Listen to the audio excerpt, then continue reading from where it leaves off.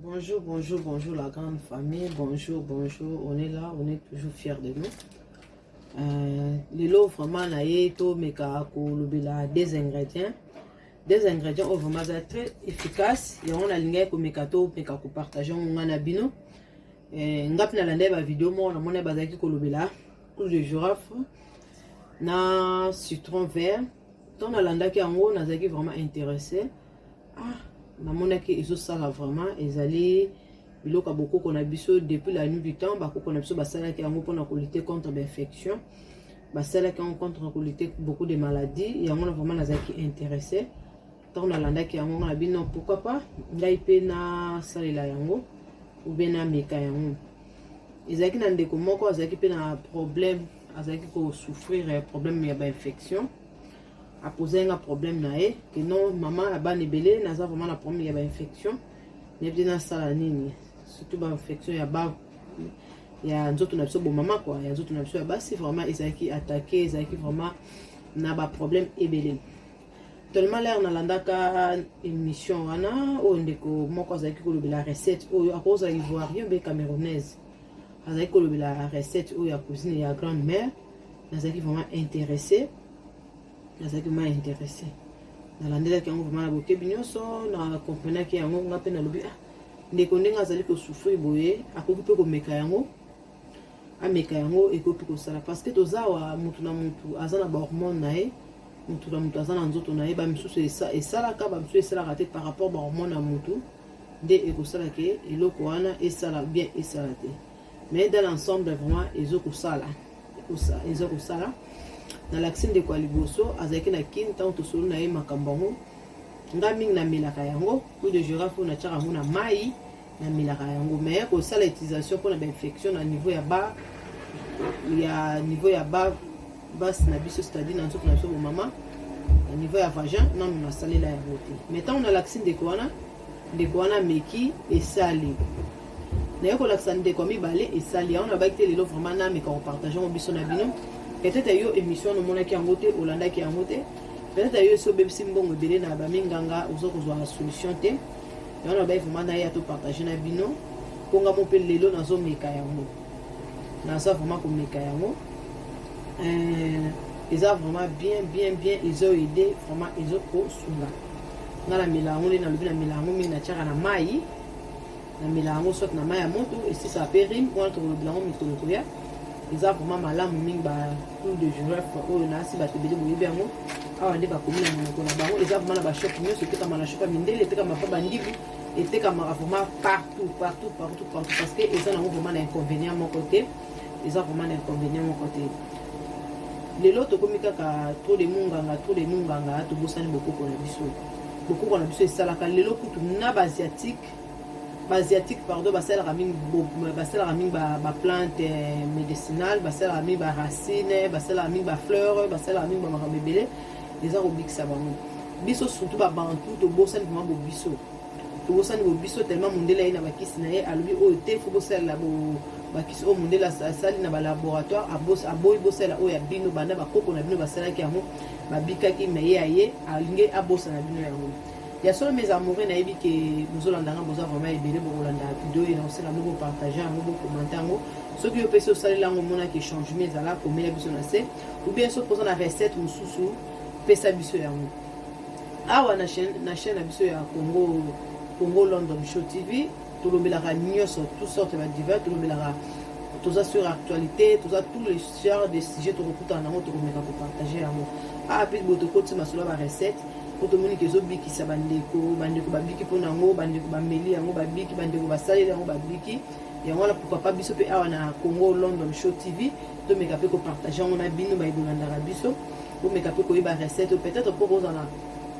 problème moko ezotungisa yo ozwili yango solution te omeli bakisi ndenge na ndenge omeli batibiotique ndenge na ndenge ozwili yango solution te yango lelo tokokende vraiment na recette na biso lelo recette na biso comment to ko utiliser yango to ye nango na ndenge ni ponga na binga déjà na mela yango na mai mais lelo na ye nango na ndenge mususu pona ebiksa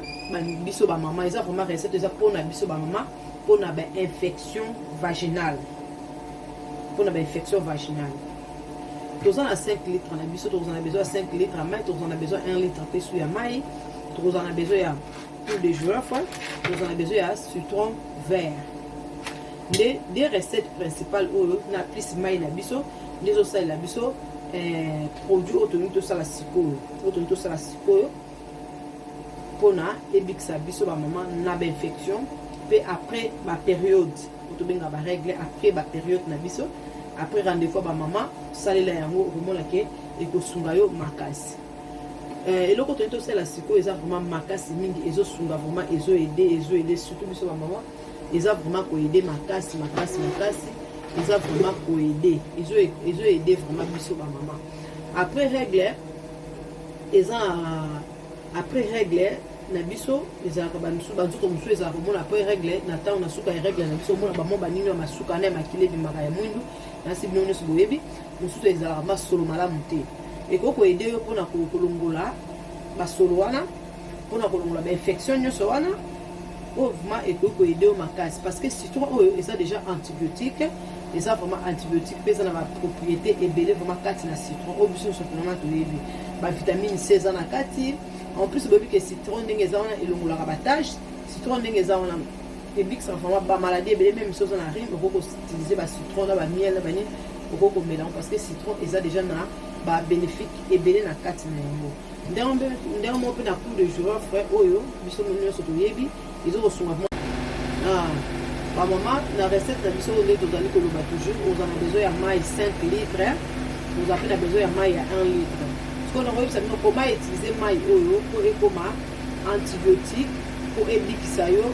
na infection na ngo pe basolo na nzoto na biso bo mama souvent ezalaka bato mosusu bazalaka na basolo pe na baperte blanche oyo ya mabe perte blanche eza mabe te mais perte blanche ekomaka mabe ntango ekomi échanger couleur ekomi couleur ya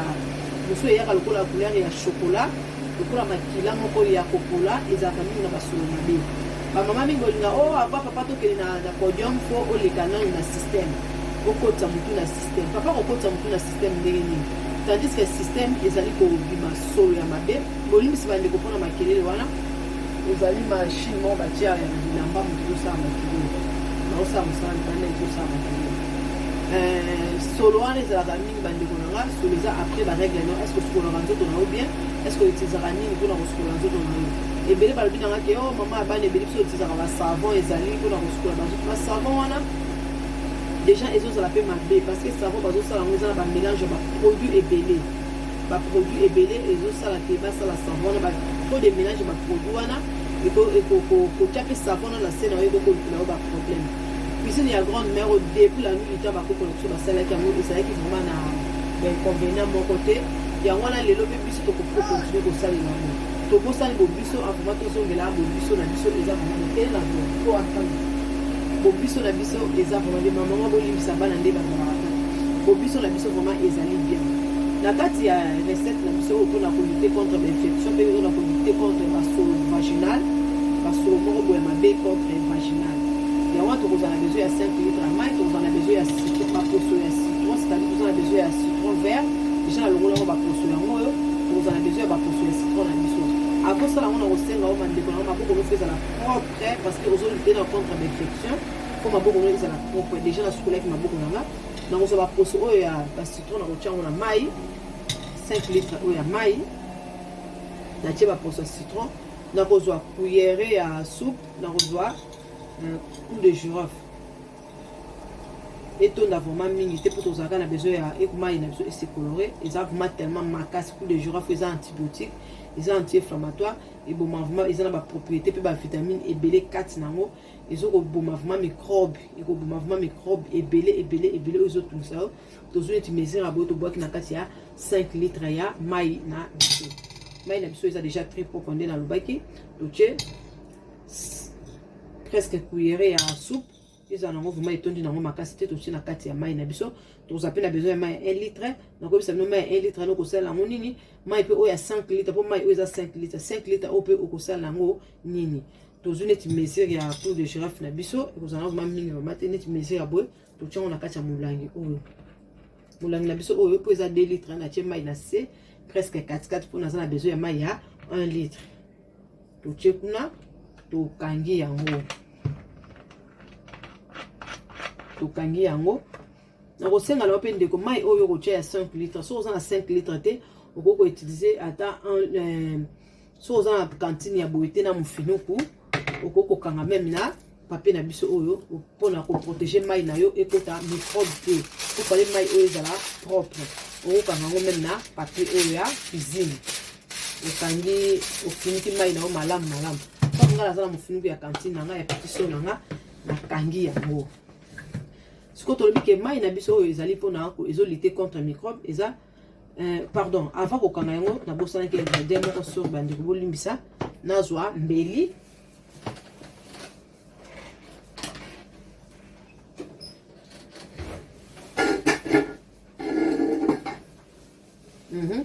so bandeko nanga nabosanaki citron na biso totie citron ya baposo nango tokotia toza pe na besoin ya citron toza pe na besoin ya jus de citron tozwi jus de citron na biso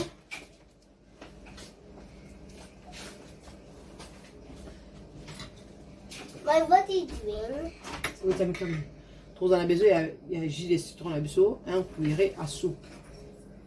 et finalement awa toza na besoin ya 1 cuillerée à soupe.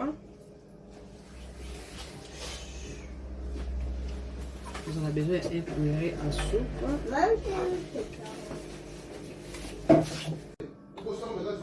La citron, la biseau, vous en avez besoin pour ce citron, na jus à citron. Jus à citron, la biseau, en haut,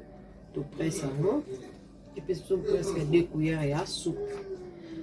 Mommy, I'll give you for 10 minutes. Tu regardes maï oyo pendant 5 heures du temps. 5 heures du temps, tu regardes maï oyo, 5 heures du temps, puis tu regardes maï oyo, tu fais la moulane. Ce qu'on maille au salon ceux qui 5 heures du temps et cookie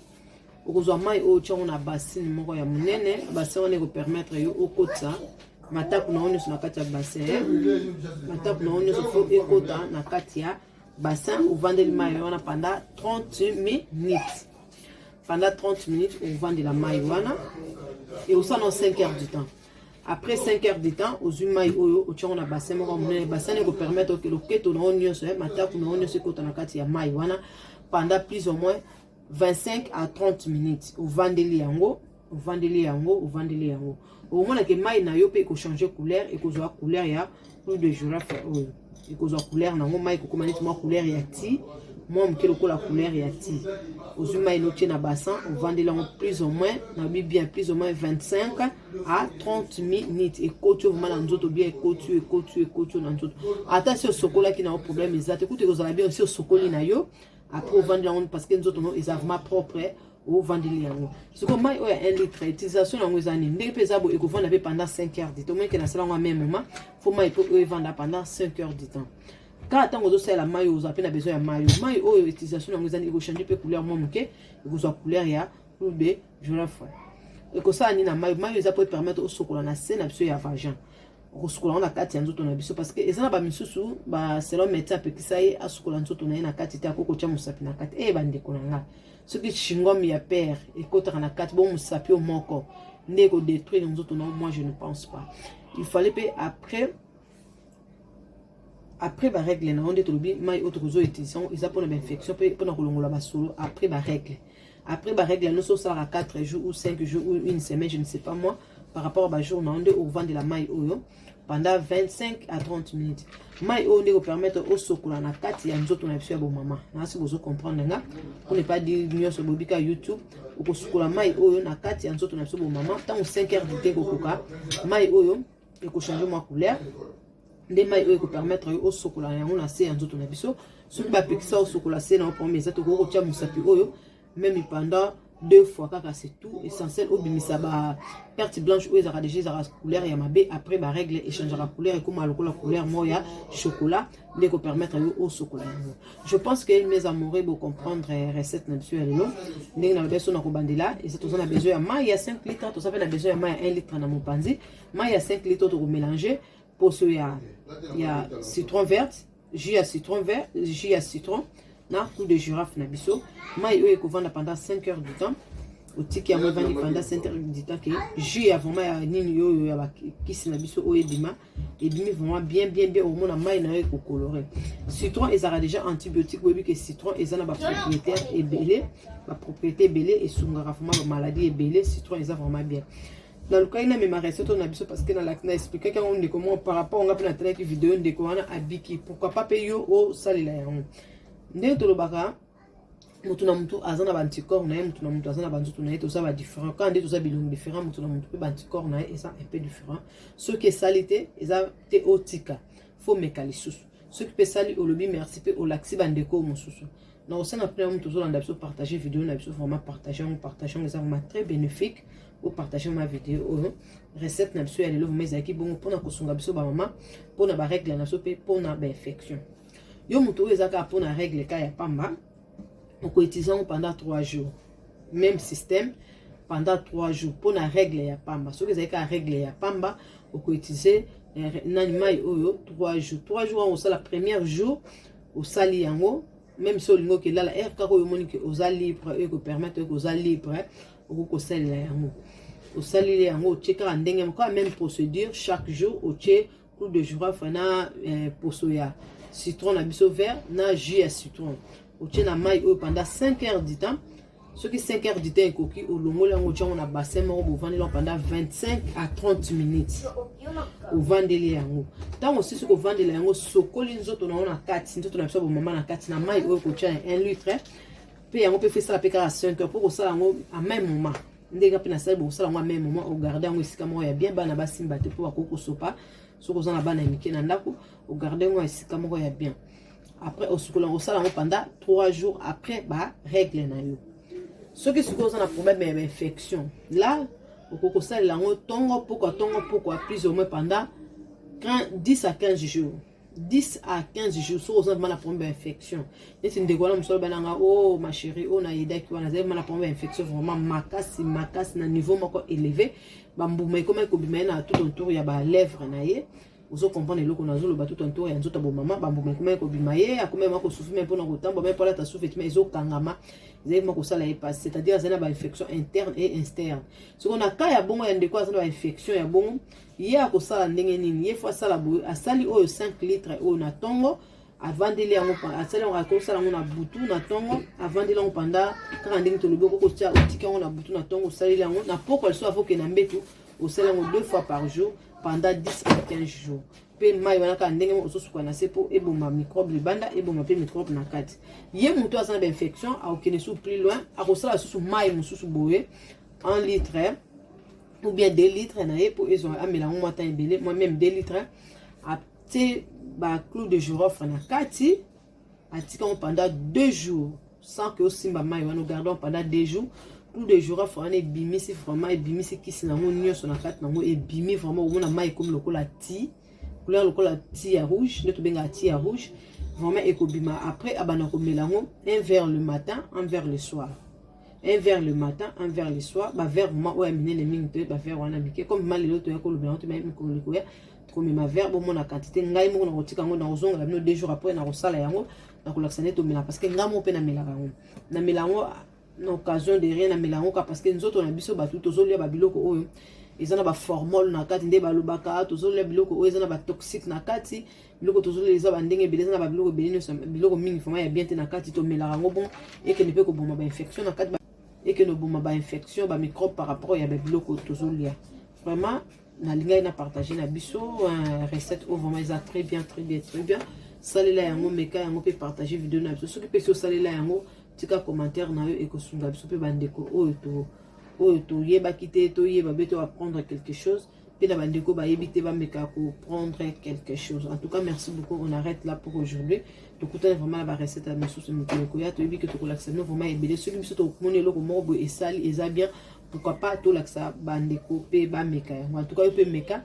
ndenge ndeko meka ki yo pe meka nga déjà na melaka mai oyo eza na monoko eza vraiment na gouvernement te mais eza bien écobique éco sukola on a kati ko edo na kati parce que ba biloko mingi tozolia ba produits toxiques eza na kati ba biloko mingi tozolia eza malamu te eza na ba biloko ba sala yango eza vraiment bien te. sokola nzoto na kati avant sokola libanda faut sokola vraiment na kati na yo et ça la bien pour libanda na yo pe ekozala bien. En tout cas merci beaucoup na yebi ke bozali ke beli akolanda biso bo commenter bo liker bo partager vidéo na biso pende na baki bo tia ba commentaire ce que ça là yango tia commentaire so pende no ça là te tia commentaire so pour linker to ça ba recherche pour la recette mo pour la problème mo besoin na micro to za na pour na bino maman ya bana ebela za na pour na bino pour na ko to partager pour na to partager auto yebi to partager ba recette to yebi micro to ko travailler sur ba recette to ko partager na bino ba blog o isali ko sala pour na bolamu ya bana ya mboka. En tout cas merci beaucoup, on est là toujours ensemble to kutana numéro ya sika. Ciao.